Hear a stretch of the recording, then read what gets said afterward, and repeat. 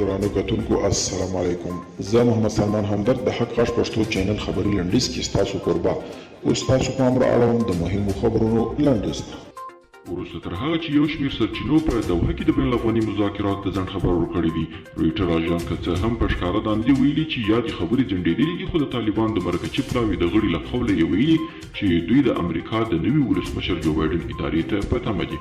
خو بل خوا بیا په قطر کې د طالبانو ویان محمد نعیم وردګ ویلي چې د افغانانو ترمنځ د سولې خبرې اترې نه دي ځنډېدلې او د دواړو لورو د تماس ډلې له یو د بل سره په جریان کې دي.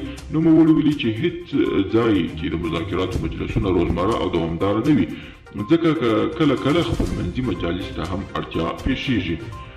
د روغتیا نړیوال سازمان د کورونا د نوي ډول ویروس د پراختیا له امله خبرداری ورکړې ده.